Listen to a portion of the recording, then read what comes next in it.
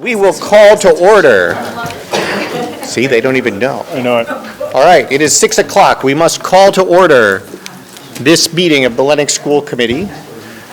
Please note this meeting is being broadcast on CTSB TV, Education Channel 1302, and will also be rebroadcast on CTSB. We have first a hearing of visitors, if there are any visitors. None. We have correspondence, but there is no correspondence. And so we can move straight to the board report, which is simply our minutes of February 9th.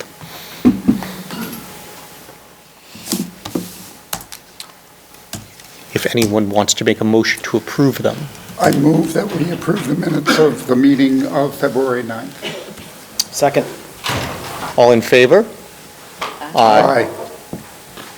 They are approved, and we are on to the superintendent's report. Before we do that, just to say, we are at the library at LMHS today because we will have the presentation on the middle and high school budget. We have a whole bunch of teachers here that we really appreciate you making the time to come out in the evening and are looking forward to, especially with the sort of barbershop quartet layout here that Dr. Ames has set up for us. But we have some quick other business to get to, and then that will be primarily the agenda. Okay.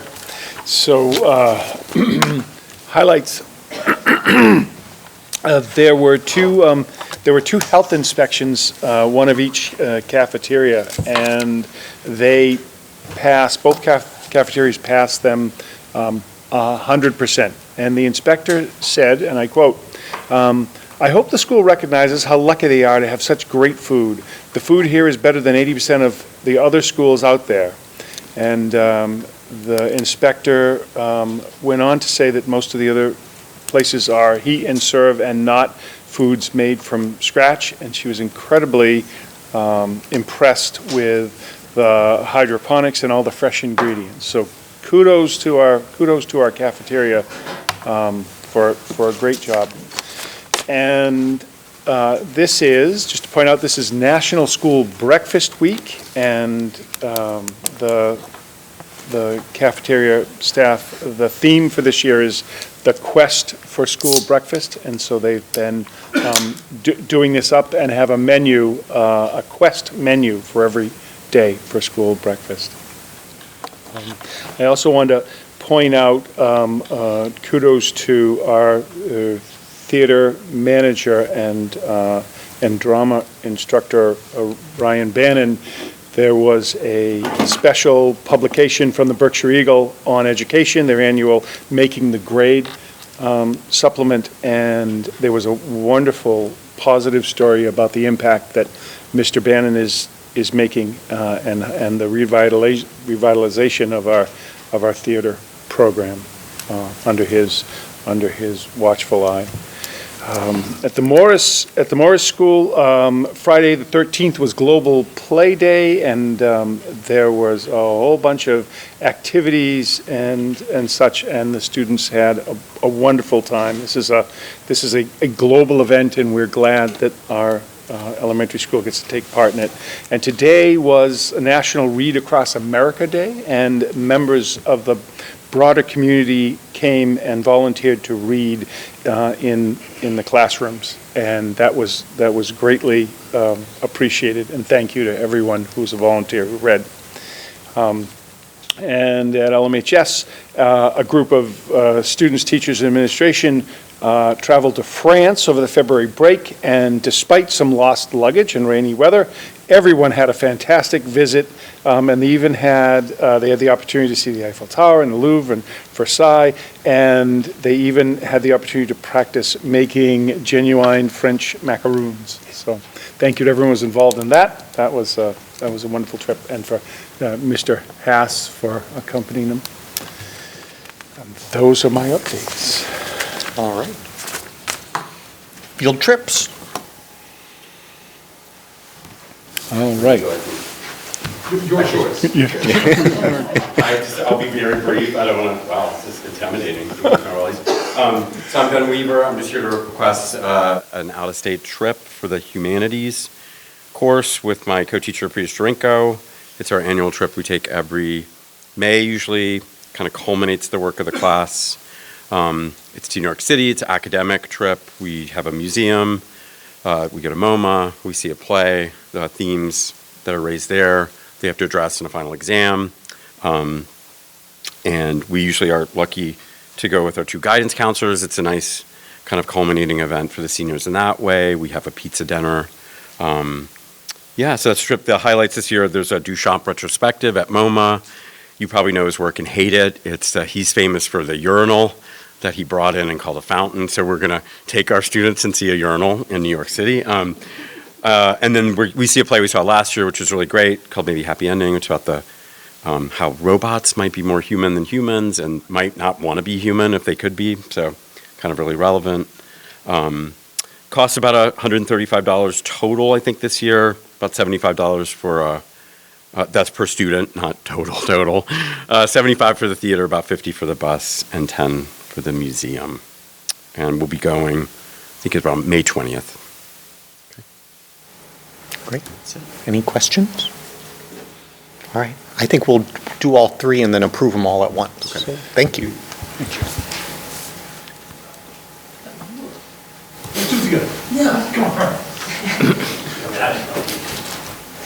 I didn't realize I was going to be up by myself.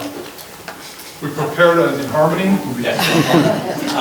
Matt Cote, I'm here on behalf of the high school robotics club.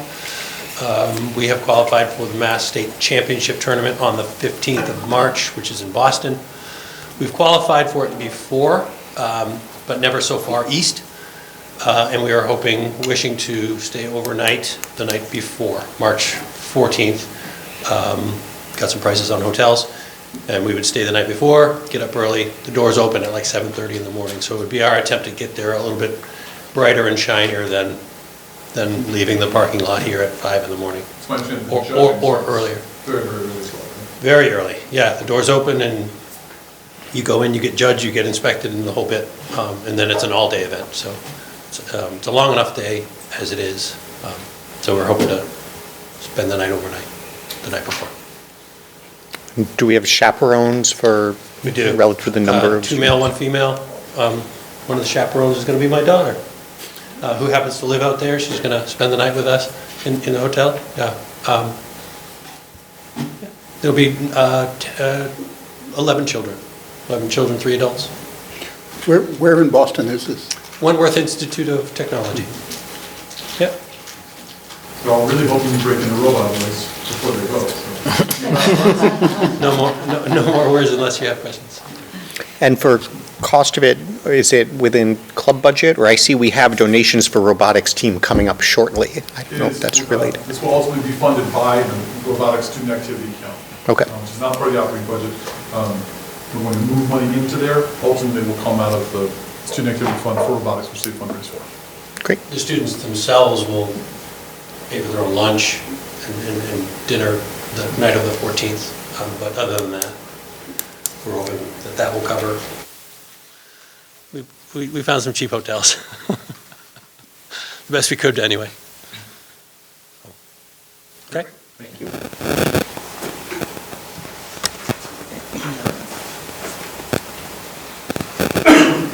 Hello, I'm Karen Ronabuche. I am one of the art teachers, and I am asking for your approval to go to a Jostens Renaissance Youth Conference in Connecticut.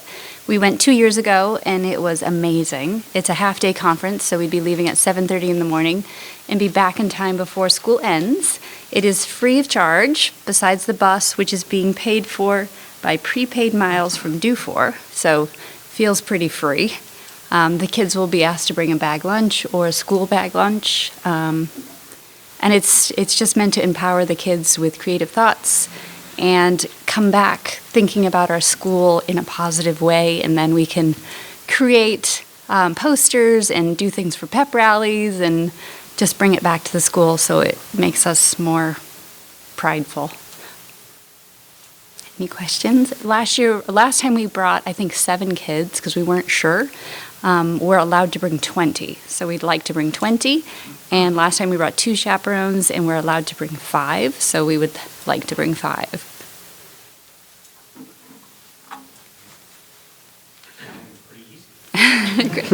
Thank you. All right, so we can do a motion to approve all three unless anyone has objections to any of them. I recommend your approval for all three. And just for the viewers at home, if a field trip is out of state overnight, then it requires the school committee's approval. I'll make a motion that we approve the humanities field trip to New York City, the robotics field trip request, and the Jostens Conference field trip request as presented in the budget, or in the, agenda. A second. All in favor? Aye. Okay. All right, thank you very much. And I think that's it, unless you had anything else. I do not have anything else. All right, new business. We're back to the robotics team and donations there for two of, Yes. do you want to say anything about them, or? We're lucky enough to have a very supportive community. Our robotics team is very active as a, excuse me, as a student activity, as a club. It's not a class, and therefore it's not funded by our operating budget. It relies entirely on fundraising and donations. They worked very, very hard. Again, Mr. Cote is the heart and soul, the adult heart and soul of the robotics team.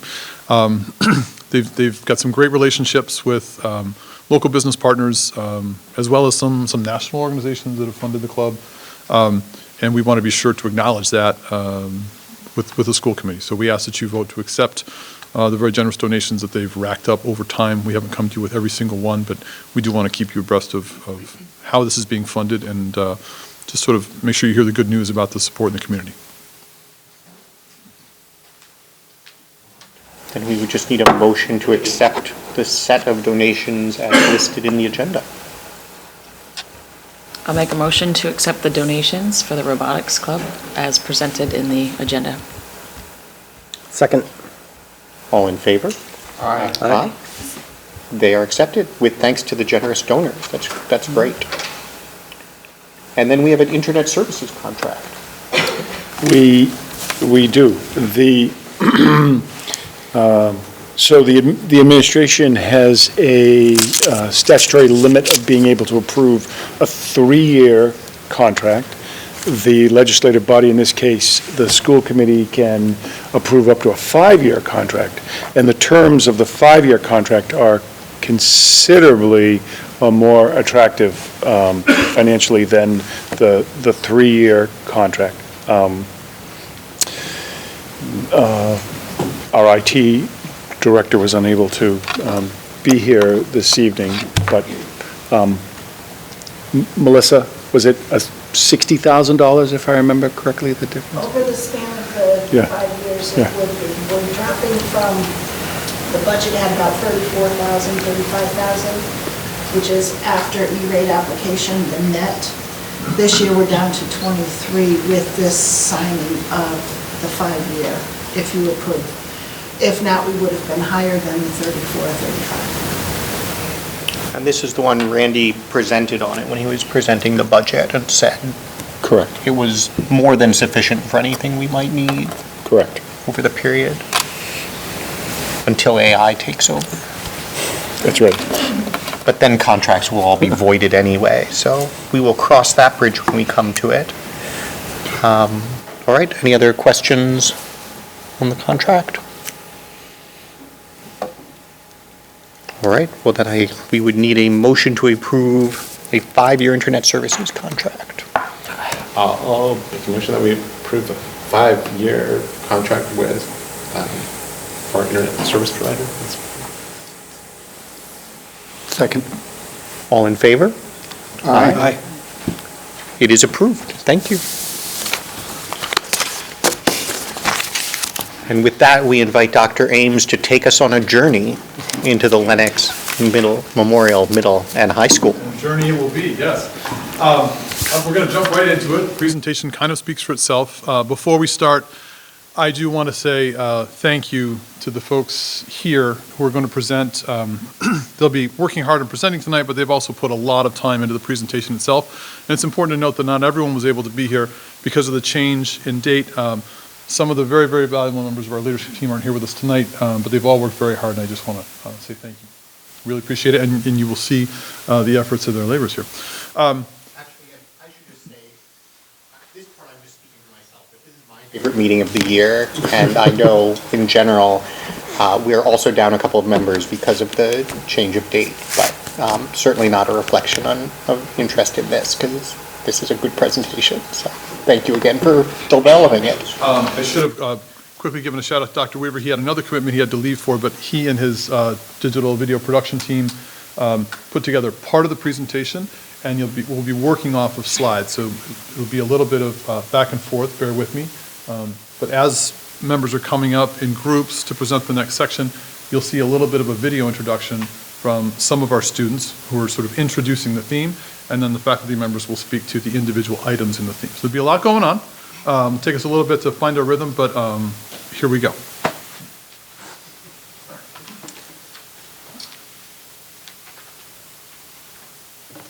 I have gone ahead and changed, some of you received an earlier copy of this presentation. I did make two small changes. I changed the date, but I also changed the names of the people who are presenting, so you're actually going to see the people who are here, their names are reflected in the slides. Okay. This might be a little bit loud at the beginning, forgive me. We are here to present the themes for next year's school budget. There are 9 themes in total, and students like us will be presenting them. The first category is competitions and performances. These are the plays, concerts, games, tournaments, and events where we challenge ourselves to excel and support each other as a team. These experiences help us build confidence and to perform under pressure, but also collaborate for a shared purpose. Okay. So, speaking to this theme, we have Karen Romeo-Leger, Catherine Pratt, and Henry Rodriguez. Performing arts. The LMHS music program is performance-based, and they host 6 middle and high school concerts annually in the Duffin Theater. Students also perform off-campus at events such as the Memorial Day parades, Tanglewood, graduation, Kimball Farms, the Colonial Theater, and the Williamstown Jazz Festival. As our daytime theater courses expand, students have additional opportunities to perform beyond the school day. Besides our long-standing partnership with Shakespeare and Company, we had just recently had the Murder on the Menu, and now coming up is The Little Mermaid. The 7th grade writing contest was founded in 1981. A long-standing tradition celebrates the best young writers in our region through 2-part competition. There's a magazine portfolio and an on-the-spot challenge. Every student walks away with a participation certificate and a copy of the Contest Magazine, a published collection of the year's submitted works. It's a fantastic way to honor students' creativity and bring the Berkshire County school community together through the power of the written word. Art exhibits. We continually exhibit our art in the hallways and our newly designated Dexpo, the Duffin Theater lobby space, besides community exhibits and juried shows. Currently, 3 students have been awarded 4 honors at the prestigious Scholastic Art Awards, and that artwork is in our display case right now. This year, the Norman Rockwell is bringing back their county-wide art show, and the Clark Art Institute will host a juried exhibit. That work is due at the end of the week, and it will be about the relationship with the earth in the time of climate change. April and May will certainly be a really great time to get out and see some of their artwork. And the Spelling Bee is an opportunity for Lenox and Richmond students, 21 contestants. This year, the winning word was perpendicularity, and it was 6th, 7th, and 8th grade students who participated, and one of our 6th graders won. The quiz team promotes teamwork, quick thinking, and academic confidence. It's open to all students and fosters an inclusive, supportive culture where students work together and celebrate each other's strengths. Pictured here, you see some of our math club teammates led by Mr. Gottfried. They're at WPI for a math meet this past fall, and we placed quite well at this meet, winning multiple awards and bringing home the scholarship. And this is our debate team, newly formed this year. These students are actually asked me if they could stay after school tomorrow to work on some research for their upcoming debate. But they've had 2 virtual meets already this year, both against Bart, winning both. And every March, we do a March Madness reading competition. 16 middle school books are pitted against one another, and students are battling out to determine what is the best book of our year. And we regularly participate in the Massachusetts Letters About Literature program, where students write to an author of their choosing for a book that really had an impact on them. And we had a high school student finished in the finals and 3 middle school students finishing in the semifinals. And this is our newly formed Battle of the Books Club. We have 32 middle school students and 8 high school mentors who are going to be competing on April 3rd. They are reading 12 middle school books, and on April 3rd, they will be doing a trivia-style competition to see who knows the most.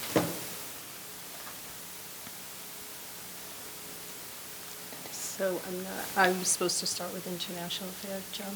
Oh, sure. So I can jump in here. Thank you. The grade 9 mock interviews, I think some of you may have participated in this. I know Dr. Collins did. This stems from Heather McNeese's Strategies for Success class. They have become very well dressed. I see them coming in the mornings, fantastic. And they sit and interview with members of the community, members of school administration. And they're actually, I get the email, she comments on the performance based on the interviewer's comments, and it's a great success. They've done it for several years now. Would you like to say a few words about robotics? Sure. Hey, the robotics team is going to an out-of-state championship. if you didn't know. Yeah, we've done 3 tournaments this year, and we did well in all of them, but we actually won the last one we went to up in Vermont. So the kids are all excited. I came right here from right there. Robotics we meet a couple afternoons a week. Kids have been working since September. We compete in January, February, and March. So it's an all-year kind of thing. It's a pretty big deal. We might not win the Mass Championship, but we'll represent Athletic proudly. They'll be well rested. Yeah. The mock trial, I'm embarrassed to say, I don't know how they did. Does anyone know how they did on Sunday? I didn't hear from either. So they just competed on Sunday. This is Sarah Hamilton's group. They do a lot of great stuff. Some of you might know Bob Montleone. He's been very, very active with the group for many years now.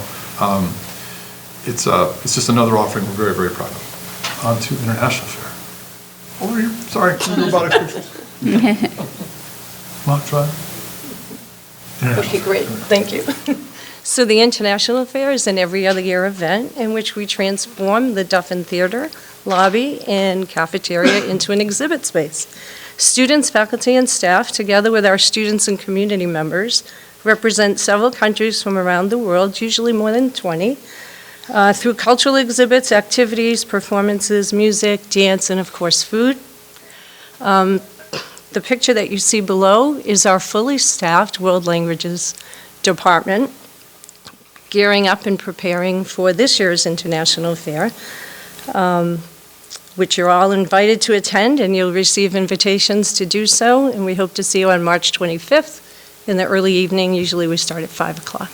What you see here are pictures of our students and community members from the last International Fair that we did 2 years ago. Our jam club is on the left. Some community members were rocking the dance floor outside of the lobby. And our current senior, Sai Sanjana, performed for us, and she's going to perform for us again this year. So Classics Day, Latin programs from all over Western Massachusetts gather together at the University of Massachusetts for an all-day, fun day of activities and competition. In last year's art contest, Lenox students won prizes in many categories, including, on the left, Aiden Tran's The Boxer's Hands, that you see, won first prize in the model category. And then on the right, you see some legionary shields by our younger students In the middle, we have Theo Smith with a military shield, and then winning first prize on the right is Hallie Koenig's military legendary shield. And I should say, I don't have a picture to share with you on this, but our Latin students take the national exam every year, and last year 8 students earned medals in summa cum laude or cum laude in prose, poetry, and reading comprehension. And our seal of biliteracy, which you see here, is one of our newest success stories that allows us to celebrate the awesomeness of our multilingual learners who demonstrate proficiency in English and any other language, whether they speak the language at home or learn the language here in school. The idea is to encourage students to study and master languages, certify attainment of biliteracy skills through testing programs, and recognize the value of language diversity. Last year's seniors that were awarded the shield, which was depicted on their diplomas, are here, and they are Stefan Zagosky, Sam Geller, and Lily McDonald in French, Latin, and Spanish, respectively. Thank you very much. So throughout the presentation, I'll put up, sometimes they map directly to what you just heard about. Sometimes it's not really a direct fit. Thank you. So I want to just display some numbers or our year-over-year change for the Duffin Theater, athletics, and music. Here what's notable is the change in the Duffin Theater budget. It would be a mistake to think that we somehow cut $9,800 in the Duffin budget. What we've done here, and you'll see the difference when we look at the numbers for the art department, is we took the instructional salary piece for a drama section, and we moved it to the art department. It used to be housed in the Duffin. We've changed it to the art department. There's a little bit more to that story. It's important you know. Initially, we started the year with this being one section of drama. Halfway through the year, we added a section of drama. So at the end of this year, it will be a 1.5. We are projecting for it to be a 3-section position. So while we have moved the expense to the art department, it's also expanded a little bit too. You'll see that when we get there. All right, we're going to keep moving here. We've got Matt, Robin, Tara, and Brooke are coming up next.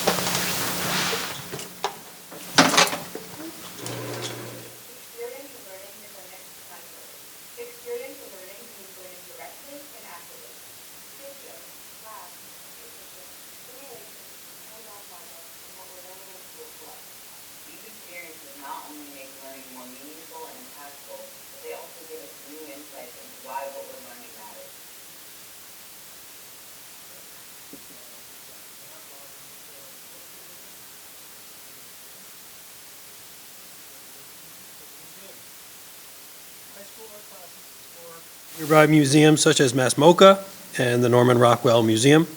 Foundations of Art students visit Mass MoCA where they analyze and interpret works of art related to the curriculum.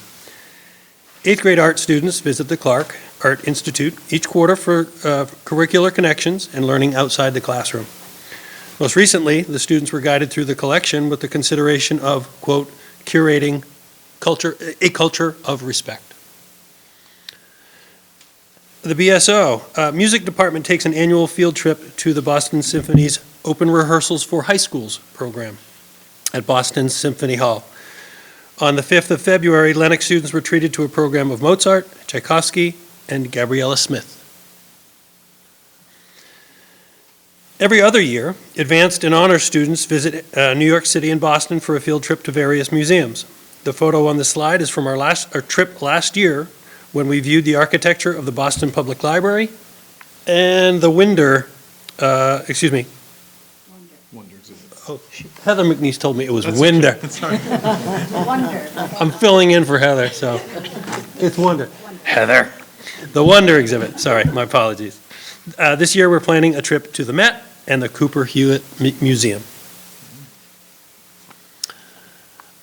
There we go, yep. Lenox Music and other area schools have partnered with Berkshire's Jazz Incorporated in 2025-26 to host a series of jazz improvisation clinics led by UConn faculty and students. The high school Intro to Theater class visited Morris Elementary to perform a Halloween-themed puppet show. The Morris students loved the original performance, written and produced by the theater class, complete with handmade sets and puppets. That's cute. Aligned with the American Studies, last year students took a walking tour of the Harlem Renaissance in New York City and saw The Great Gatsby on Broadway. This year, we're going to the 9/11 Museum and will once again see The Great Gatsby. In May, Humanities goes to MoMA, you heard Ben talking about this earlier, in the morning, and then the kids will have lunch at Rockefeller Center, and they will be seeing Maybe Happy Ending, a play about robots being more human than people. And lastly, the 6th grade reads short stories like The Raven, The Telltale Heart, and The Legend of Sleepy Hollow. Encore is a virtual field trip designed to bring those stories to life, produced by Chamber Theater Productions. Up next, we began taking our students to Washington, D.C. when Abraham Lincoln was president, and for the record, I was not on that trip. But since then, it's been one of our more joyous traditions. The itinerary dovetails with what our 10th graders are learning in history, but it does something a textbook can't do. It turns the past into a place you can walk through. We spend lots of time at museums and monuments, but perhaps the best part of this trip is that our kids spend real time together, feeling as if they are part of a story much larger than their own. Next up is our internship program, essentially designed for seniors. It's a sort of career test drive, which also answers the question, when will I ever use this? Our partners include the companies you see here, along with such businesses as North Motorcycle and Fairview Hospital. The benefits are substantial as our students get professional soft skills while still in high school. Next, we have Money Matters at Miss Hall's. This is a student-run workshop where Miss Hall's opens its doors to girls across the county. It's the opposite of a dry and dusty econ class. Students make Money Matters real, practical, and useful, handing young women the tools to run businesses and their own financial futures. Here at LMMHS, we offer this marvelous project called Stock Track Project in Accounting. With this project, our students become temporary millionaires. Armed with $1 million in fake currency, alas, they spend months tracking trades, calculating ROI, that's return on investment for you and me, and analyzing market trends. It's a crash course in math, data analysis, and financial literacy. The project ends with a reflection of what they did well and what they wish they had done differently, a question many of us ask now and then.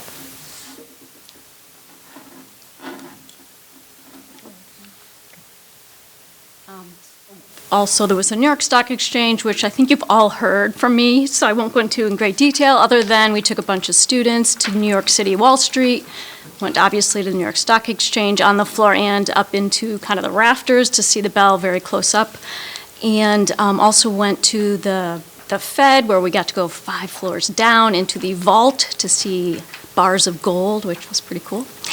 Very exciting trip. Hopefully will happen next year as well. The outdoor classroom, formerly Nature's Classroom, a fan favorite around here. Our 6th graders get to spend overnight trip to Camp Eisner in Great Barrington, where they have an interdisciplinary experience doing hands-on science lessons, outdoor exploration, structured team building activities. All are led by trained instructors and supported by school staff. The program is designed to help all students learn science and concepts in the real world while building independence, confidence, and collaboration skills. Students here at Lenox also get to do dissections. In biology, they get to work on frogs, and then if they stick it out all the way to dual enrollment, we have 2 college dual enrollment human anatomy classes. Where they get to actually dissect hearts, brains, eyeballs, and fetal pigs. There was a rumor this week, were there cats at some point? Yes. Pregnant cat. We heard a lot about a pregnant, I actually didn't believe it, so I thought the kids were putting me on. It's a culminating activity. Excellent. So that kind of says it all. This is all paired, of course, with a unit that helps students deepen their understanding of anatomical structures, biological systems, and real-world applications of course content. The business and healthcare pathways, we're doing roundtable series where students meet in small groups with around 8 different, we did a healthcare and a business roundtable program. They meet with approximately 8 or 9 local professionals that share their experience, starting with who they were in high school and what came next as far as training or education, the field, their experience in the field, opportunities, a day in the life, the pros, the cons. And students get to ask questions to people that later will give up their cards and remain contacts if students have questions down the road. I think that's it for me. All right, thanks, guys. What about snowshoe? Yeah, the hike snowshoe. Got a whole other section. Oh, forgive me, Yep. I'm sorry. That's Hike okay. snowshoe. Sorry. Okay. So outdoor leadership and recreation is a high school elective that has units and lessons in the classroom that continue outside for hands-on experiences. Students hike and snowshoe on the Adirondack Trail. They cook on outdoor fires. They go fishing and utilize the facilities at Canyon Ranch for mountain biking, archery, and climbing.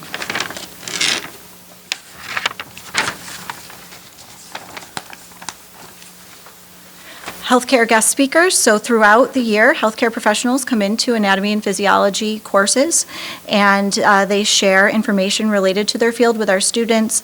Over the course of the year, the students will learn about careers in radiology, paramedics, radiology tech, pharmacy, occupational therapy, neuroscience.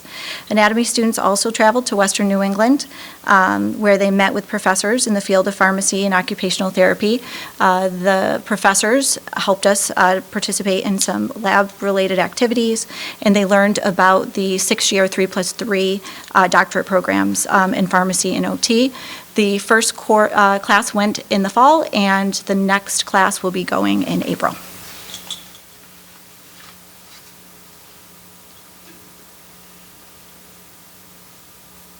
Audubon Labs, so students in AP Environmental Science work with Audubon educators to complete 3 labs. The first is called the Growing Carbon Lab, where students establish forest plots on our campus, and they identify and measure trees and calculate their carbon storage. Another activity then teaches in the winter how students to use the GIS, Geographic Information Systems, mapping software, and they create their own maps to visually demonstrate an area of the Berkshires that they think should be protected. And we used this technology when we mapped out our vernal pools. And the third and final activity is we go to Yoken Brook, where we do a water quality analysis by looking at the benthic macroinvertebrates. This is a thermochem lab. Our advanced chemistry students create a pretend business venture where they scientifically value chemicals as potential use for hand warmers, and they collect data and research to create potential proposals for their business. This is the bridge building engineering technology. The entire curriculum from year 1 to year 4 is designed to combine critical thinking and design with the building of physical prototypes, bridges, beams, boats, planes, rockets, dragsters, fidgets, robots, you name it. We design things and then we build them.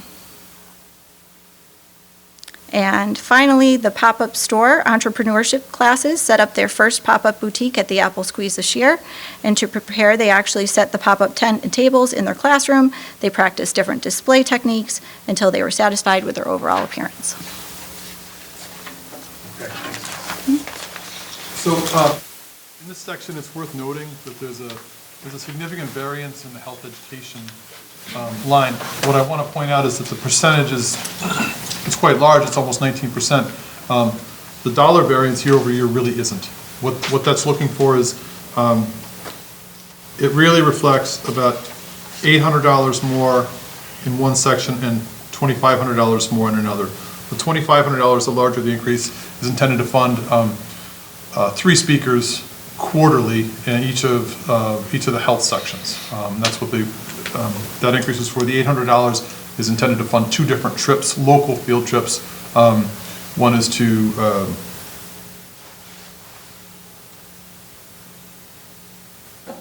Yoga Fit, and the other is through the family.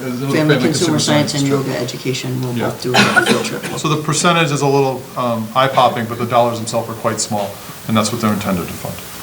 Okay, next up, we have Sarah, Katie, Kelly, and Amanda, and while they're coming up, we'll hear from more of our students. Tools for Teaching and Learning covers all the material resources that we use to learn.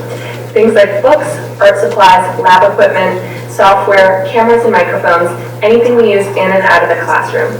These tools help teachers teach and allow us to learn in different and engaging ways. All right. SAT Prep provides targeted instruction and practice to help students strengthen core ELA and math skills, build confidence, and improve college readiness, particularly for students who may not otherwise have access to outside test preparation. These occur on Saturday mornings, and students are also able to take both the SATs and ACTs at no cost through the school. Medical Assistant Program is a comprehensive training course designed to prepare students for entry-level roles in clinical and administrative healthcare settings.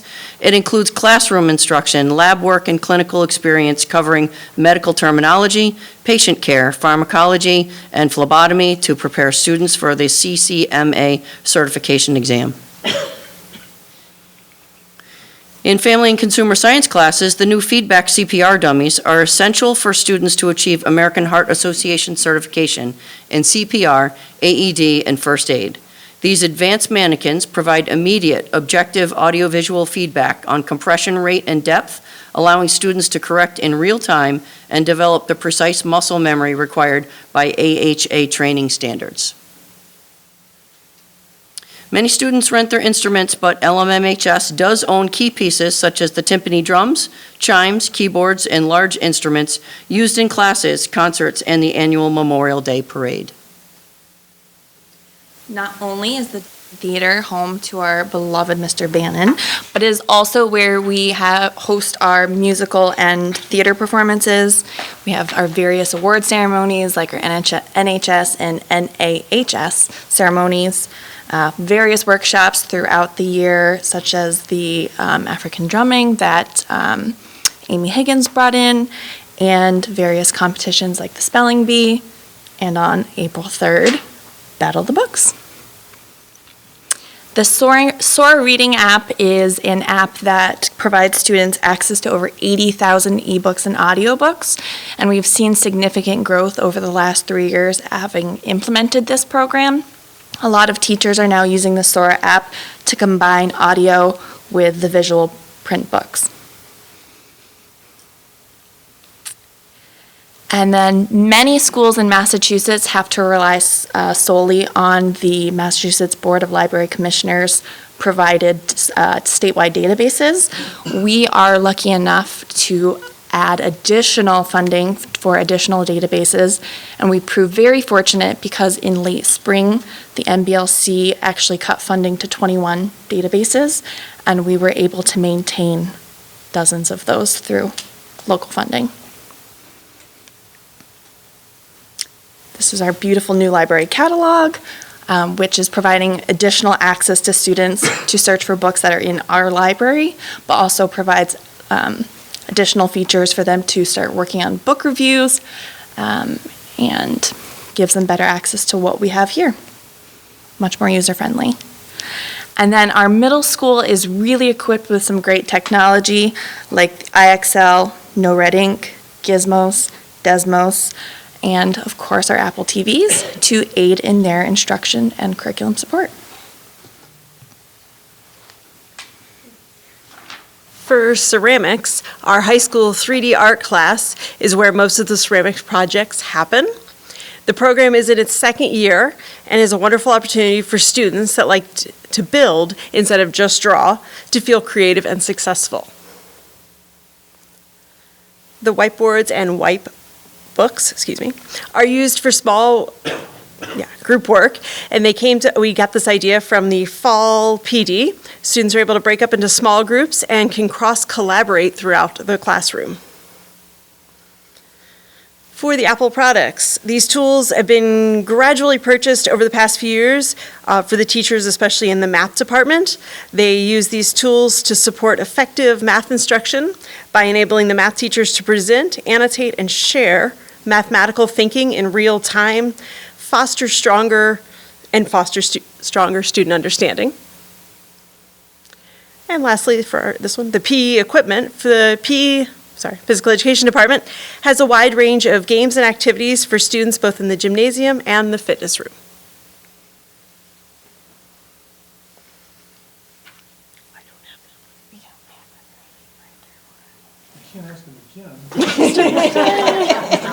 I feel like no one's talking about my stuff. A few words off the cuff about the 3D printer, CNC machine, and laser cutters. Yeah. I encourage any of you someday, don't even come unannounced if you want. Come through my room. We've got 4 3D printers, a computer numeric controlled router, laser cutter. They're always running doing something. As you heard Brooke say earlier, we design things and then we make them. It's a fun space.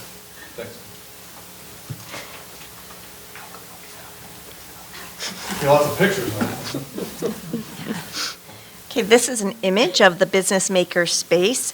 In this space, the carpentry department built workbenches to separate the classroom area from the school store work area. Behind the wall are the circuit cutting machine, a t-shirt press, laser cutter donated from the tech department, a poster printer with plenty of prep space to create products for the school store.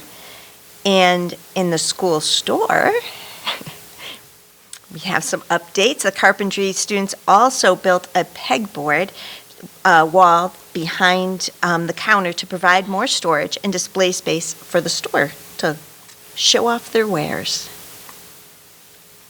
Noodle Tools, we start introducing students to this research tool in the 6th grade, and they continue every year building on those skills, 6 through 12.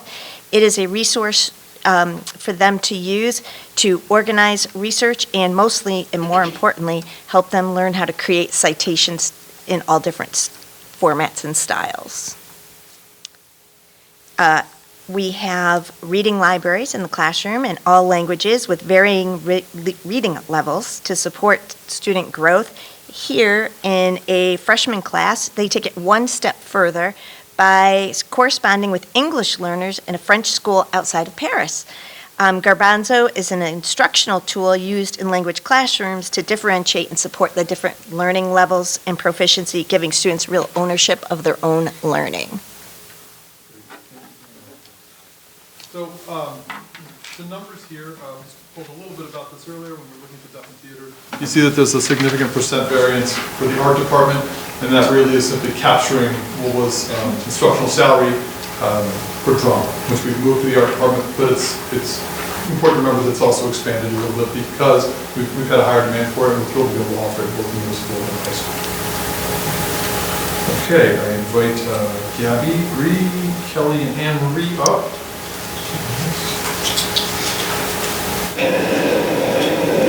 Our next category is project-based learning. Through projects, we work on problems, questions, and ideas over time. Instead of taking a quiz or test, we create something original, share it publicly, and explain the thinking behind it. Learning this way can build skill like collaboration, problem solving, and creativity. All right, guys, here we go. All right, so first we have woodshop. We have an example of a Connect 4 game here. So this was made with cherry, oak, walnut, and maple, and it's an excellent example of project-based learning. So not only did the student draw her own plans for the project, but then during construction, there were actually several problems that arose with this. Part of that was material constraints, and she was able to work around that and obviously create a beautiful Connect 4 game. Next, we have the Industrial Revolution. So in 9th grade world history, students learn about the Industrial Revolution. They have 8 projects that range from writing a diary from the perspective of a child in the Industrial Revolution to a model of a city, as you can see pictured here. Next, we have sixth grade painting. So with each project, students learn about different artists, and in this case, we see the work that was inspired here was acrylic paint.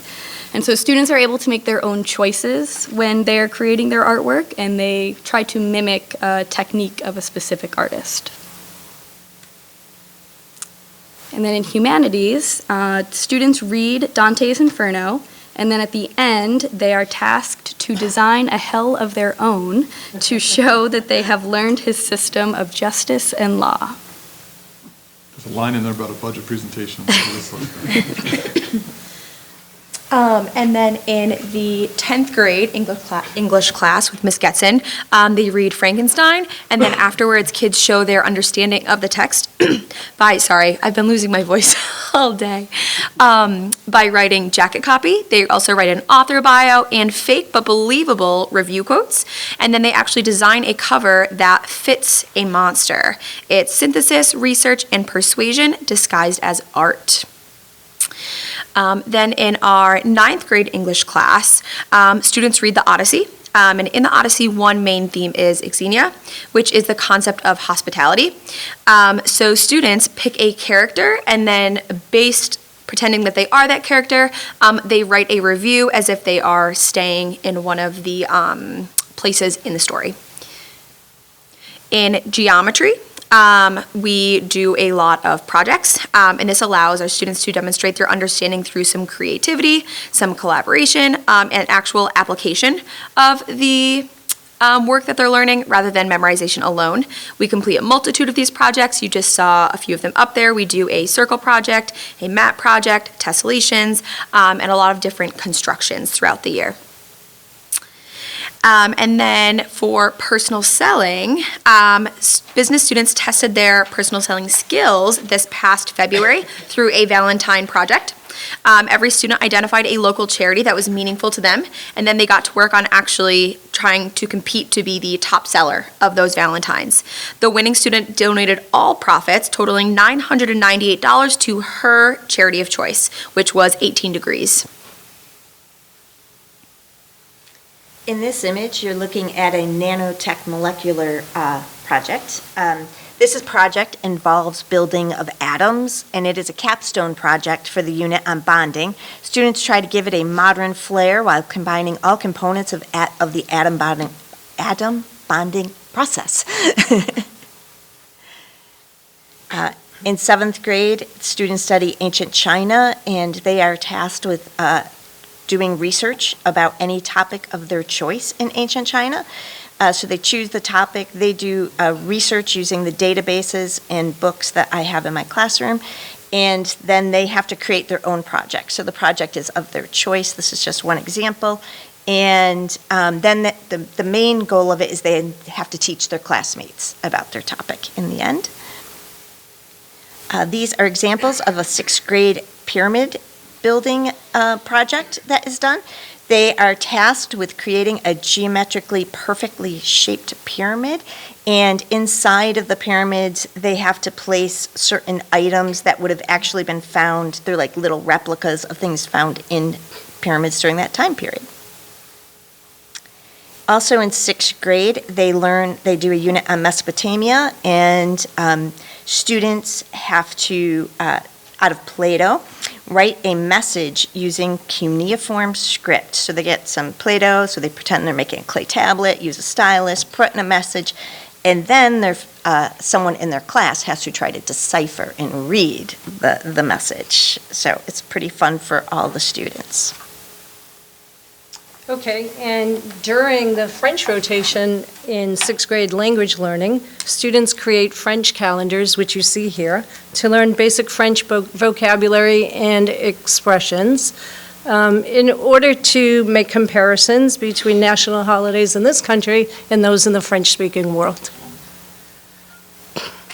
So this project is typically this is a group of Spanish 3 students, but current Spanish 3 students are only starting this project now. So the pictures you see here, you may have seen last year.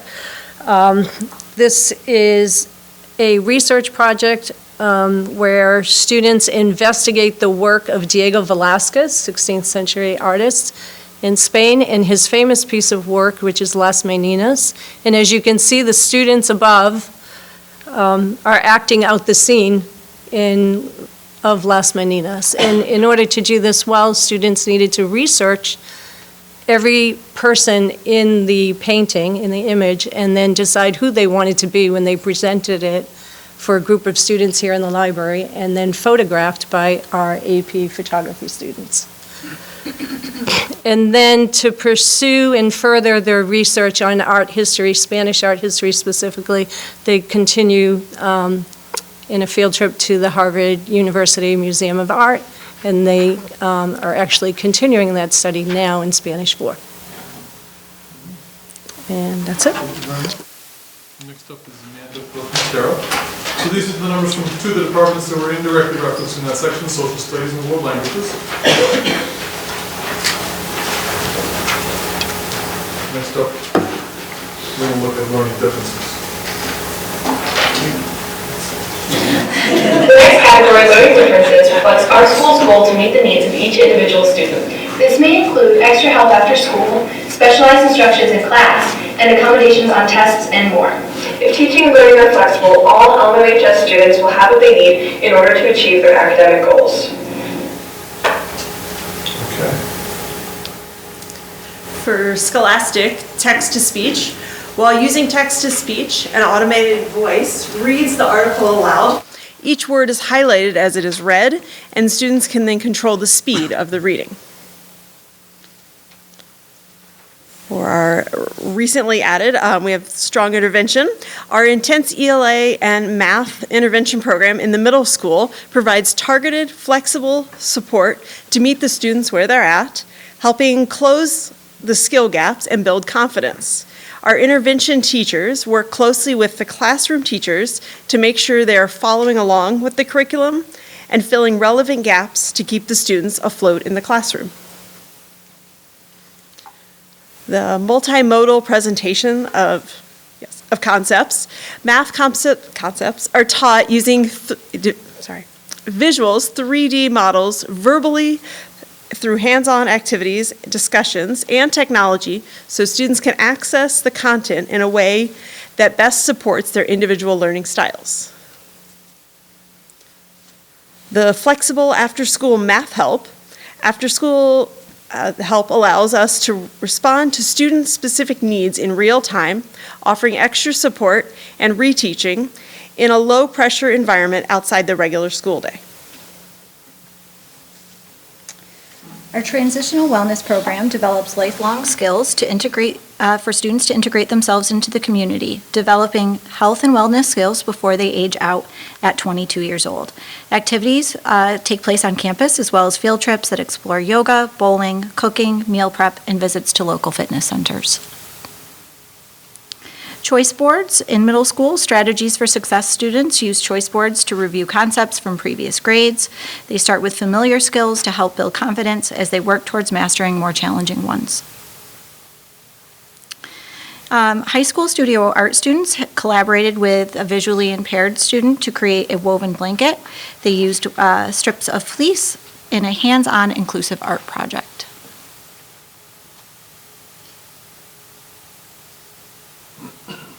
We continue to have peer tutoring here, where upperclassmen typically will tutor underclassmen or middle school students. Every year, we typically will have one student who sort of rises above the rest. This year, one of our NHS students, a junior, took on sort of math tutoring. He will do that individually or with groups, and has even done scheduled weekend remote math tutoring. And that's open to all students. Flexible seating. Not all students learn best while sitting all day, so students do have the option of using a standing desk to support focus and comfort. And actually, many staff and faculty also take advantage of the standing desks. Our STEP Entrepreneurship Partnership allows for our STEP program students to work with the entrepreneurship class by creating wood trivets, where they burn in designs, and then those are sold at the school store.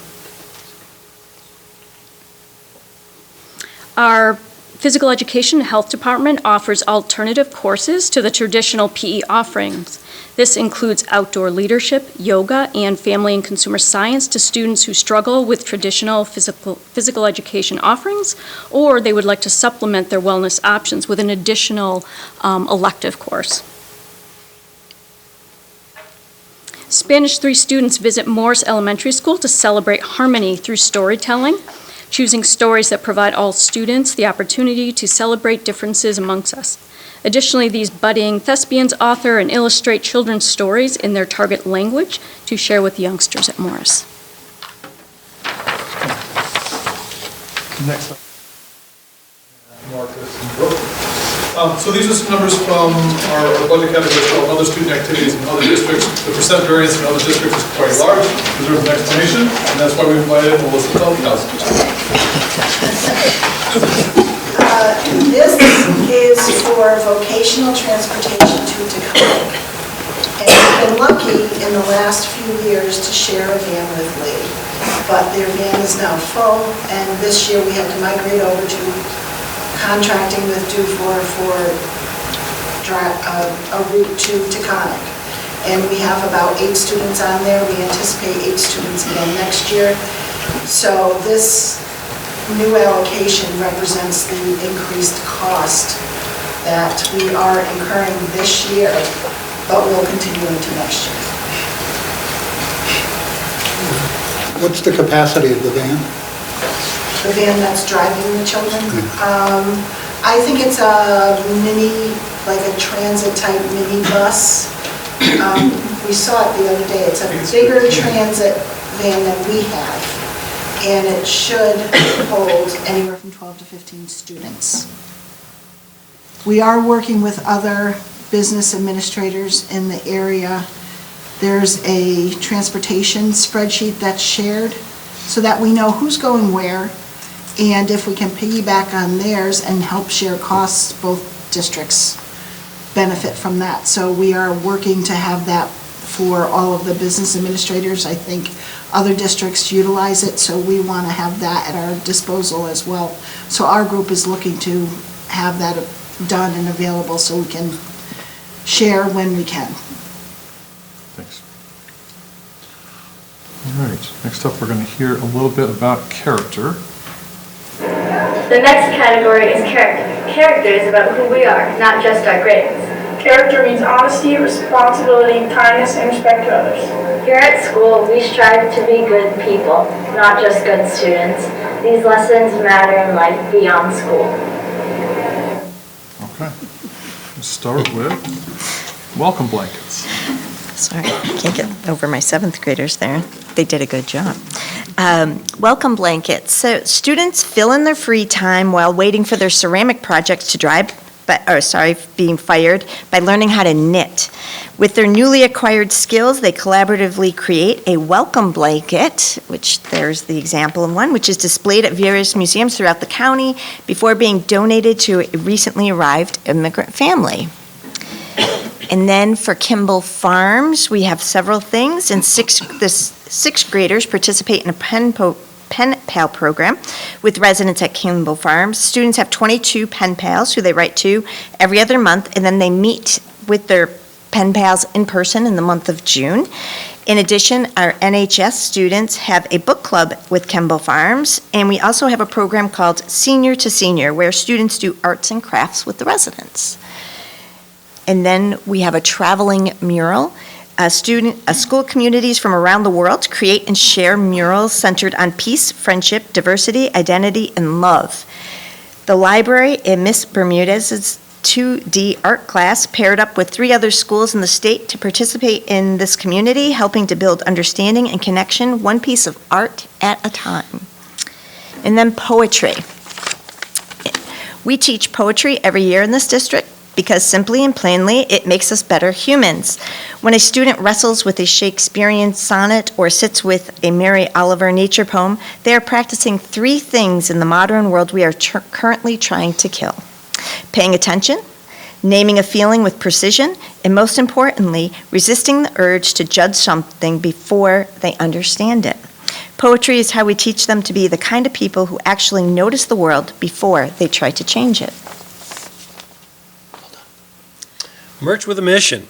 Entrepreneurship students designed and sold shirts for several causes this past year, including the Denise Cayley Fund, Berkshire County ARC, and Berkshire Pride.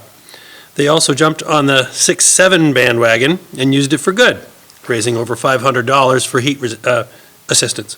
In total, their efforts raised over $2,500 for deserving local causes. Students in Strategies for Success are required to participate in community service projects including Alex's Lemonade Stand, Mail Carriers Annual Food Drive, Project Linus, Rock Your Socks, and Zion Lunch Services.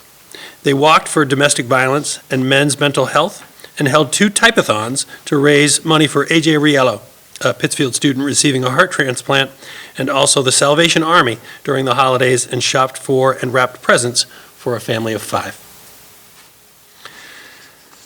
10th grade students participate in the state-mandated Civics Project. This is a student-led civics project where students work to make change outside of the classroom. This has included donations to children battling cancer, collaborating with Morris, working with the district on projects like acquiring vending machines and volunteering at local organizations. The first picture, top left, shows toys collected by a student who delivered them to Boston Children's, to children battling cancer. The second picture is a, quote, puzzle luncheon created by students who worked with local organizations to do these puzzling events with adults with disabilities in Berkshire County. And the last picture is a mural created by a student at Morris and had Morris students paint flowers on it with her. Okay, vision boards. So students learn how to write SMART, or specific, measurable, achievable, relevant, and time-bound goals. They then create vision boards with how they will achieve these SMART goals. Mental health unit, a part of the 8th grade health curriculum. Students learn about executive functioning skills, fight or flight or freeze response, and relate to their own lives to help better control and regulate their emotions. The Maroon and Gold Club does various fundraisers for breast cancer awareness, such as hold bake sales, sell t-shirts, and do Ghosts for Good, and all sales went to the Denise Cayley Fund. Postcards for GSA support, LMMHS, Gender Sexuality Alliance hosted its inaugural Postcards for Support event. Dozens of students came together to write encouraging messages for the LGBTQ plus community and youth who may be facing mental health challenges. By the end of the event, students created 100 heartfelt postcards that will be sent to young people across the country. Teaching assistants. So students in high school have the opportunity to serve as a teaching assistant, typically in our middle school classrooms. These experiences serve as a way for students to develop leadership skills and be seen as positive role models and mentors for students. This is the Owl House project that we just finished. So students in regular environmental science partnered with residents of Devonshire Assisted Living to build owl houses. The residents funded half of the owl houses, and the science department funded the other half. In the weeks leading up to the visit, the students learned about the important ecological role owls play in reducing rodent populations. Students created presentations so that they could educate the residents. They shared their work, and then we traveled, over 44 students traveled to Devonshire, where we built 10 owl houses that will be installed on the property of Devonshire, on the LMMHS campus, and around town. This is our amphibian crossing presentation for the select board. So students in AP Environmental Science partnered with Mr. Gopp, the Superintendent of Public Works, in order to raise awareness of our amphibian crossings at vernal pools. The students met with Mr. Gopp, we created presentations and signage, and then we presented the signage to the select board for approval in the town to post our signs, and the signs went up last spring. Students participated in a countywide walkathon supporting men's health awareness and the Aaron T. Cody Memorial Scholarship, which would award $600 to a Lenox student this year. This was Lenox's first time participating in the event. And lastly, one of the 4 pillars of NHS is character. The members demonstrate strong character throughout the year, as seen in their service projects. Some examples include Kimball Farms Book Club and their work with Habitat for Humanity and food drives.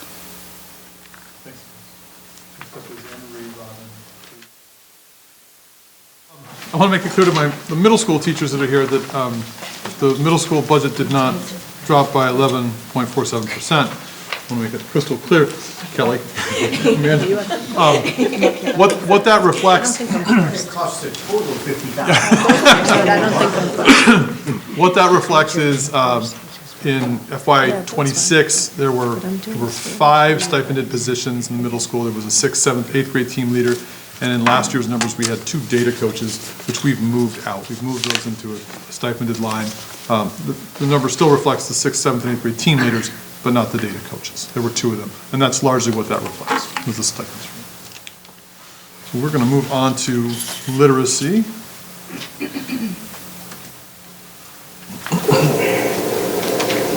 Literacy is our next category. It encompasses everything from close reading great literature to documenting fundamental science in a lab report. Literacy means understanding, thinking critically, and communicating our ideas.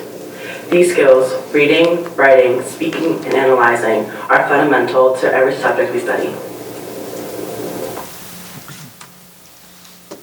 Start with literacy in the arts. Beginning in 6th grade, our kids learn that art is its own language. Essentially, students learn how to read an image the way they read a poem, by breaking down the vocabulary of art, colors, lines, symbols, so on and so forth. Once they become fluent in that language, they're able to connect to and create art in a really meaningful way. Next up are classroom libraries. So beyond this amazing space, many of our teachers have cultivated their own classroom libraries to surround kids with books and more books, novels and biographies and plays and mysteries and histories and teachers' favorite titles. Turns out that immediate access turns assigned reading into chosen reading, and chosen reading makes for lifelong readers. And this slide represents another opportunity for collaboration, this time with Morris Elementary School teachers. Our Spanish Reading Buddies program is an opportunity for high school students, specifically Spanish 3 students, to pair and bond with young Morris Elementary School students.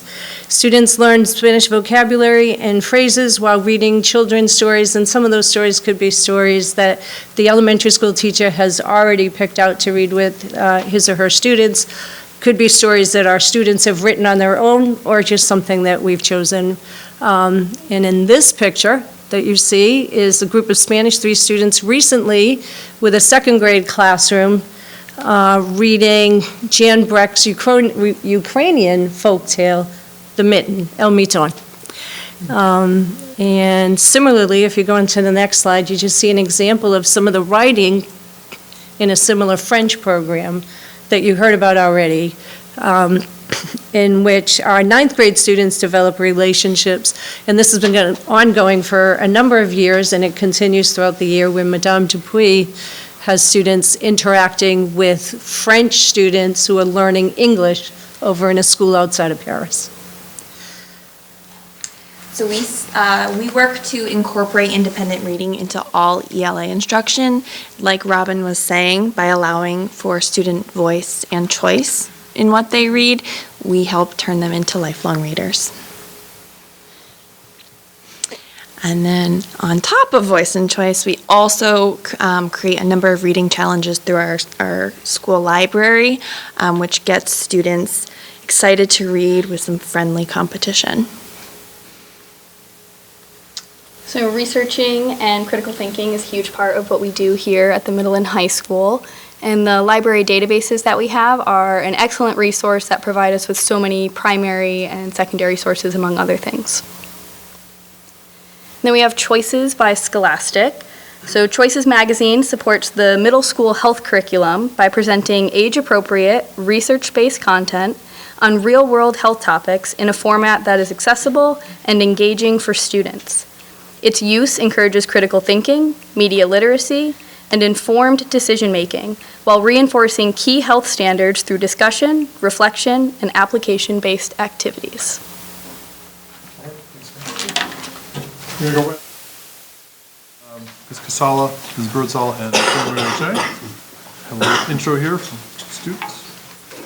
The next category is research. Students pursue research across all disciplines and in every grade level, from library learning in 6th grade to formal academic research papers in high school. When we research, we learn how to find reliable information, evaluate sources, and think critically about what we're studying. Research skills help us become more independent learners, preparing us authentically for college, careers, and real-life problem solving. All right, let's hear a little bit about research. Research is the heartbeat of humanities. Seniors create not one, not two, but 3 research projects. The first focuses on the ancient world, the second on the early modern world, and the third on the contemporary world. The best part is that students choose their own topics and their own questions. That choice is the whole game. When they chase their curiosity, they care more, they dig more deeply, and almost magically, they stop asking, how long does this need to be? These projects also let Dr. Stranko and Dr. Weaver teach the way every one of us secretly wish we could teach, one student at a time.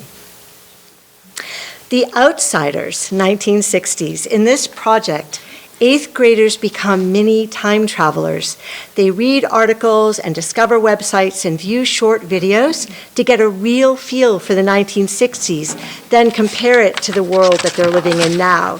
They dig into fashion, cars, slang, entertainment. So The Outsiders and the world of the Outsiders doesn't just remain a dusty museum exhibit. Instead, these kids learn that it was a real place with real people, only with better music. A new quarterly class was designed to introduce 6th grade students to the library, to the research process, and digital organization. Students in outdoor leadership and recreation complete a capstone research project that is then presented to their fellow classmates. Students choose an adventurous activity that they have not been exposed to in school, research their findings, prepare a slideshow, and give a presentation. Dream trips presented include hot air ballooning, deep sea fishing, heli hiking, sailing, and scuba diving. This is a picture of students who did research on a recent chemistry Nobel Prize, and they presented the findings in a clear and interesting way. And this represents an interdisciplinary project in which Spanish students choose some form of marine life of interest to them, and they study the habitat, the diet, the life cycles, and then investigate the effects of climate change on the marine life, and then present their findings in Spanish writing and presentation. Here is a student presenting their findings about a giant octopus. All right, thanks, guys. Next up is Karen, Matt, and Marcus. And these are the numbers from the math department and the science and technology department.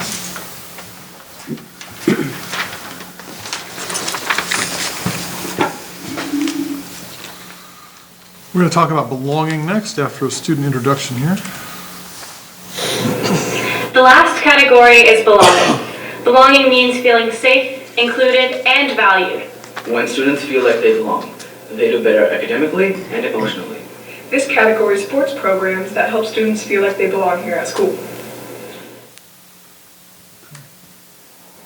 Sorry. All right, start with the Norman Rockwell Museum. All right, this is a picture of our recent field trip to the Norman Rockwell Museum with the design and photography students. What's wonderful about all of our high school art classes is it blends grades 9 through 12, which gives them space to feel like they belong by breaking the barriers of their grade cohort. This is a picture of a student singing at Friendsgiving, which is a time during lunch, all 3 lunches, where students are welcome to treats and hot chocolate, and students perform, and it gives them an opportunity to feel like they belong. and our exhibit space. Again, we have lots of space and times that we can exhibit, which makes students proud of what they do, to be able to put it up on the walls for others to see. The NAHS induction ceremony happened this year in the Dexpo, and I just want to read a quote from one of our co-presidents as to why she participates. Sasha said, "I want to share art with others the same way it has always been shared with me. Colorful, comforting, and meaningful. Art exists in every form and shape, and it is something anyone can create. I see my role as someone who helps make art feel welcoming, whether that means organizing activities, supporting new members, or reminding people that creativity doesn't have to be perfect to be meaningful."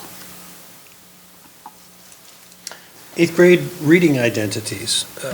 In eighth grade, students think about themselves as independent readers, setting goals for their reading based on what genres they enjoy, and work on developing their independent reading throughout the year. The Kindness Crew is a group of older high school students. This is a new program to help foster a sense of belonging in school and to improve the positive culture in the hallways. I hope I pronounced this one right. Is it Manny? Mani? Okay, she said Manny. Foreign language students participate in Mani Musical, an international competition celebrating music in world languages. Students explore and vote on songs from different cultures, building language skills and global awareness through music. The Maroon and Gold Club puts on full school pep rallies to foster a sense of community and belonging for students and staff alike. This is where Jeremiah gets pied in the face, yeah? Every year. And you too. I do also. 2 rallies are held each year with a focus on inclusion and celebration of all that our students have to offer. In December, homeroom classes compete in a door decorating contest, and the winning doors in middle and high school receive a breakfast treat. And the Maroon and Gold, do you have one? The Maroon and Gold Club organizes at least 3 spirit weeks per school year as a build-up to pep rallies and/or school vacations to promote positive school climate and culture. A bulletin board in the main lobby is regularly updated to celebrate team accomplishments.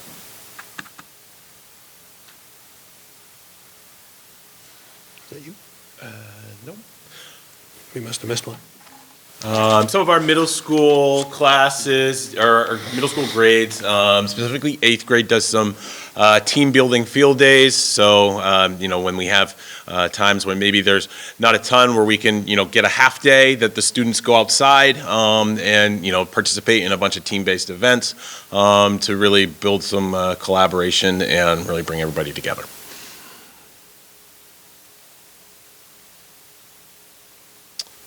Oh, okay, great. Yeah. No, I didn't have anything. I was just going to say, this is a great photo of showing our students collaborating on work in various classes throughout the building. All right. Mistakes allow thinking to happen, or math. Mathematics classrooms emphasize that mistakes are a critical part of learning. We promote a culture where students feel safe taking risks, asking questions, and thinking deeply. In addition to verbal encouragement, many anchor posters throughout the classrooms to encourage this mindset. All right. Unified basketball. Student athletes and unified basketball team helpers collaborate and compete in countywide games, creating a sense of community and inclusion, recognizing the strengths of all athletes on the team, and celebrating diversity within competing schools. If you have not been, I highly suggest that you go. It is an electric atmosphere. All right. The town of Lenox field trips. Students visit 4 different locations in the town of Lenox: Church on the Hill, Lenox Historical Society, the Lenox Library, and the Lenox Town Hall. At each stop, they interact with an exhibit or they hear from a speaker to learn more about the history of the town. At the town hall, students visit with our wonderful Dr. Collins and at his office and learn more about our town government. Okay. And our senior breakfasts in the fall, seniors they meet Dr. Ames in town, and they go out for a local breakfast where they're able to talk about their plans for the future, whether it be school or otherwise. It's a great opportunity for them to connect with Dr. Ames outside of the school setting and really learn about their what they're going to be up to next year. There are two remaining departments I wanted to throw up some numbers on: administration and instructional services. Not huge variances over FY '26. I just wanted to throw that out there.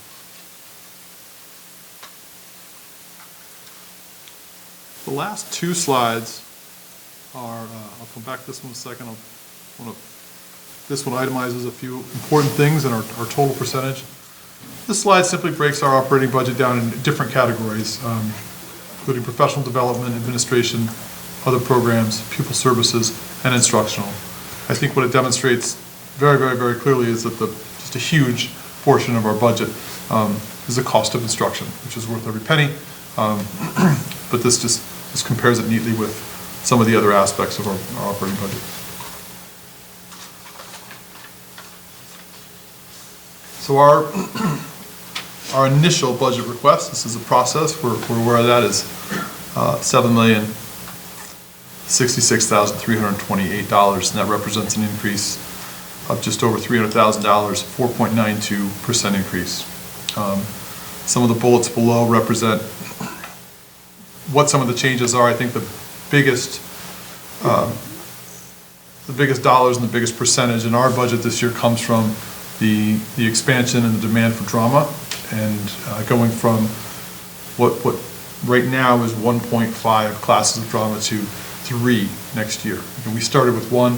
We added 1 halfway through the year as a middle school elective, given the demand and the fact that we needed more space in those elective offerings. That's really the biggest increase. The other significant factor is the fact that we're no longer able to ride share with Lee. Going to McCann, that'll cost us significantly. I suppose one way to look at that is we had a really good run, being able to share a van with them for a while, but that simply can't last forever. So.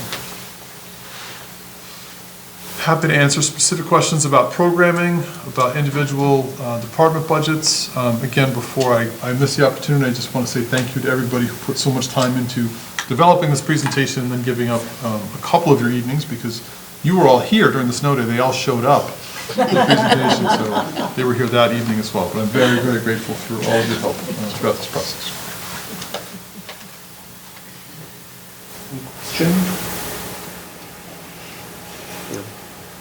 Pretty comprehensive. Yeah. That was fantastic. Thank you very much. And the incredible thing is that, to me, is always that, 10% of this was the reading, writing, and arithmetic, and 90% is the extraordinary amount of other stuff that goes into making it such a special school, above and beyond in so many ways. It's fantastic to see. I've got a couple of questions. Sure. It's really, the two questions are related. One is, after having gone through all of this, is there something here that you wish you could have done or done more of?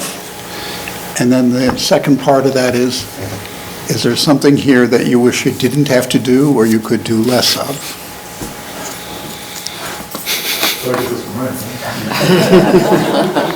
Well, it looks like Jeremiah is here to answer that question. Yeah. It's your turn. I think,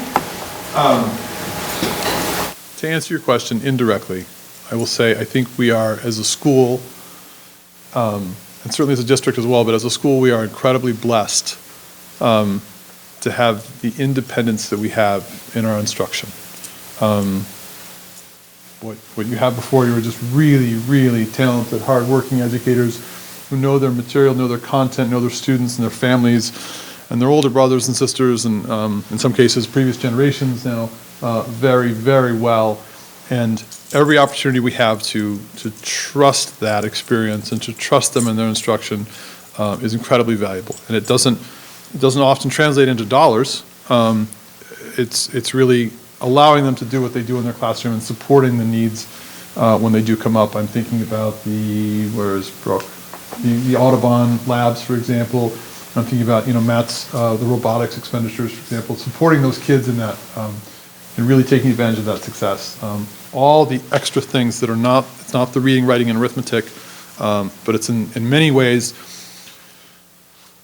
allowing them to pursue that, allowing their students to take advantage of those, is really acknowledging their connection with their students and their ability with their crafts, and rewarding the students for their hard work as well. We have those opportunities all year long, certainly every budget cycle, but it's not that I'm not given the opportunity to support them in that way. I want to be clear that I think that is primary to my role, is supporting their work. And in many, many cases, that simply means allowing them to do the great work they do, to fund it and to get obstacles out of the way so they're able to continue working with students as effectively as they do. That's the best you're going to get on camera. Thank you. All right, thank you very much. Unfinished business, subcommittee updates. Finance, no new updates at this point. We are going to be meeting with the subcommittee again in the next probably week and a half or so, and start going over more of the data that we just went over this evening. HR has been meeting with Unit C, had a good meeting last Tuesday. We'll meet again tomorrow. I'd say everyone is generally on the same page and moving forward, so probably at the next meeting we'll be able to provide more of an update on details, but nothing else to report on that. And then technology, we are meeting with LMHS teachers on Thursday, so that will be our next conversation. All right, and then the final thing I wanted to share with the committee at this point is I call it a capital investment plan. I guess it's actually a capital improvement plan, it turns out. Capital investment plan sounds better. But this is the work toward planning out over the next 5 years what the major capital improvements are. Just capital improvements, there you go. For the district, and trying to map out what those costs would be, making sure they line up with the town's capacity to support them, and then hopefully being able to present to the town up front. This is what we expect to need, and to be aligned with the Finance Committee, the Select Board, the Permanent Building Committee, and so forth. And so we had the project managers who've worked on the Public Safety Center review both buildings and make a comprehensive list of items for consideration with cost estimates. And then the administrative team met to review priority sequencing and so forth. And then Dr. Collins and I had an initial meeting with Jay Green, the town manager, and Neil Maximilian for the Select Board and Permanent Building Committee to make sure things were generally on the same page. And so this is the outline we're moving toward, but this is exactly the point at which we're now sort of gathering input from everybody. So wanted to share with you for input this week. If you have anything immediate, we'll also review it again next week, and then hopefully be in a position to present it to the town by the time we get to the town meeting. So this is the set of major projects that we've identified that we need to figure out what to do with. Both Morris and LMHS need new roofs. The Duffin Theater needs new air conditioning. There are 2 compressors. One is already dead. The second is beyond its last legs, and the company doesn't exist anymore, and you can't get the parts, and so on and so forth. Air conditioning for the second floor at both Morris and LMHS has become an increasingly important issue to address, and so figuring out how to cool those, especially at the beginning and end of the year. Renovating the locker rooms at LMHS. The new LMHS space, which is the new building that we'd already discussed and had initial plans for, plus then renovating the old science wing once the new structure exists. And then parking lots LMHS at this point, mostly the flow seems to be working. We've already confirmed that Dr. Ames will continue to conduct traffic at 7 a.m. each morning for at least the next 15 years. And so we will revisit after that. But in the interim, it does need at least a resurfacing. And then at Morris, it will also be time for at least maintenance, but also figuring out if there's any way to get additional space, whether it is behind, to the side, something, given how full it gets if there's an event. And so this is the total costs for each of those projects as estimated, and they're broken out. Some of them are just a one-shot deal. Some of them would require both a design phase and a build phase. So the roofs you see there, this is across both of them, about $250,000 in design, close to $5 million in actual work. And that $5 million is assuming we are in the MSBA program. There is both MSBA for entirely new buildings, which is a very complicated program, and there's MSBA for roofs, which is a very straightforward program that we can enter in 27 to fund in 28. And so the state would pay about 40% of the cost. Duff and Theater AC, $350,000, second floor AC across both buildings, $420,000, with the caveat that it would not make sense to do it on the side of the second floor that has the old science wing and is about to be ripped apart. So at least that piece would have to wait until the end. Locker rooms, design and build. New LMHS building, design and build. This is a significantly lower estimate than we'd been looking at before, based partly on stripping away excess parts, but also not having to do the MSBA process and design to MSBA standards and so forth. We've also penciled in up to an additional $2.5 million, given that it's still several years away and needs to be fully architected, renovating the old science wing once the new space is complete, and parking lots. So total, all of that up, doing that is roughly $22 million over 5 years. And just to be aware, Morris Playground had been in this project, but looks like it will fit in our regular annual allocations. And one thing the project managers recommended was actually a much more ambitious HVAC program for the school, which was the first thing that the administration looked at and said, that itself would have quickly become almost the largest item on the list, and that was simply not as high a priority at this point. Any questions on any of those items? That playground, was that the kindergarten side? Yeah, the kindergarten side playground. So this is how we've attempted to space it out. Roofs kind of comes first because we have to hit the state cycle, which means we have to design in the coming year to build the following year. Duff and Theater we would ideally do this year, but based on the town's estimate, we just don't have the cash for it, so it would be in the second year. Second floor AC, as much as possible, would be the other priority for this coming year. Following year, we would then actually do the roof builds. We would fix the Duff and AC, and we would do the design for everything else that we need to design.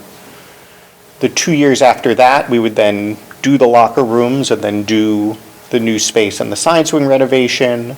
And then at the end, once everything is built, we would come back around and fix up the parking lots and the rest of the AC. And so then at the bottom there, you can see that here's what that looks like in terms of CapEx requirements for the town if split out that way.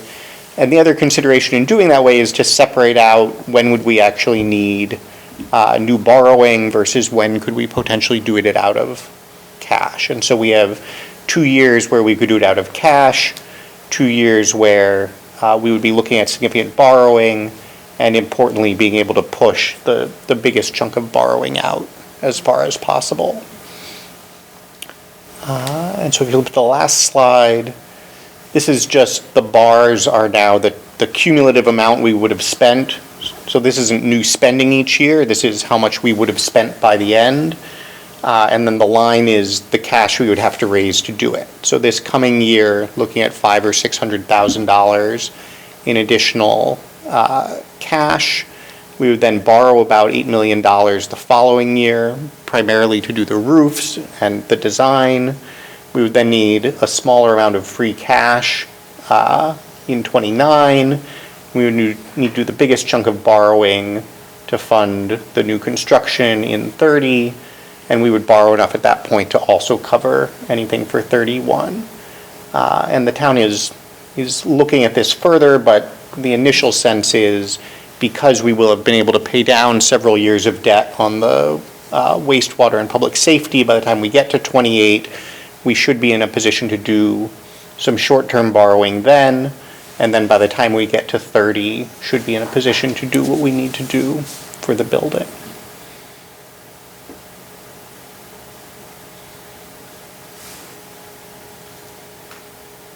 So this will continue to be brought to many committees, including back to this committee next week. But if you have any additional reactions or questions, can hit those now, and then can also, after thought, kind of look at it further next week before we would.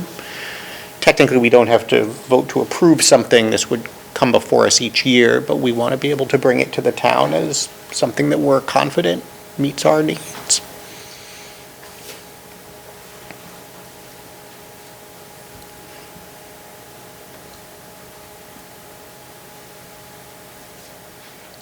And with that, we can also have a motion to adjourn. So moved. Second. All in favor? Aye. We are adjourned. Thank you very much, everyone. I hope you enjoyed